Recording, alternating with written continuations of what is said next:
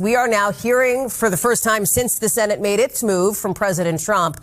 Gabe Gutierrez is at the White House. Come on in, Gabe, because it came on Truth Social, which is where the president often delivers that first reaction in the last few seconds. Yeah, that's right, Hallie. Look, no sooner than I had walked away from this camera a few minutes ago, went inside to speak with White House officials about whether the president would sign this bill potentially tonight. At that same exact time, the president posting this on Truth Social, not giving any indication for a timeline, but notably saying, quote, "I don't care when the Senate passes the House bill, whether tonight or at some other time in the near future.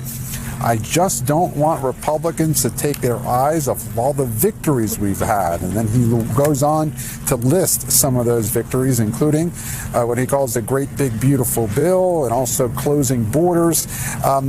This is something that the president has insisted on over the last several days, Hallie, expressing this frustration that the Epstein files is dominating the conversation here in Washington and overshadowing what he feels are the accomplishments of his administration. But again, the president in the last few minutes saying that he essentially does not care about the timing of when this gets out of Congress, but also giving no indication about when he actually does plan to sign this bill.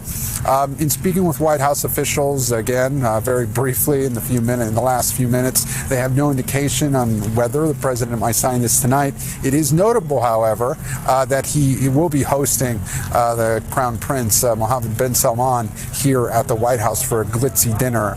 Unclear if he'll be able to sign this tonight or if he could wait to sometime in the future, Hal. Gabe Gutierrez, don't go too far from a camera given the pace of things tonight. Appreciate that.